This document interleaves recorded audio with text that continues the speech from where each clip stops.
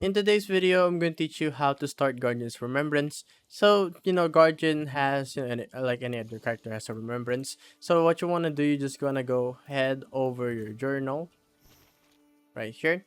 And you need to unlock chapter 3. So I see here, I don't have the remembrance yet, like the start remembrance button, as you see on the other characters, begin remembrance. To unlock remembrance on Guardian, you need to complete a Night Lord, any Night Lord as Guardian. If you do that, you will gain, his remembrance. You will get like the cracked butch relic, which is really nice. It has some special skills, but I don't really. It's not really. I don't really use it much, but it's pretty good. So what that does is, makes you do whirlwinds. I believe, like this. I'm sure it does that.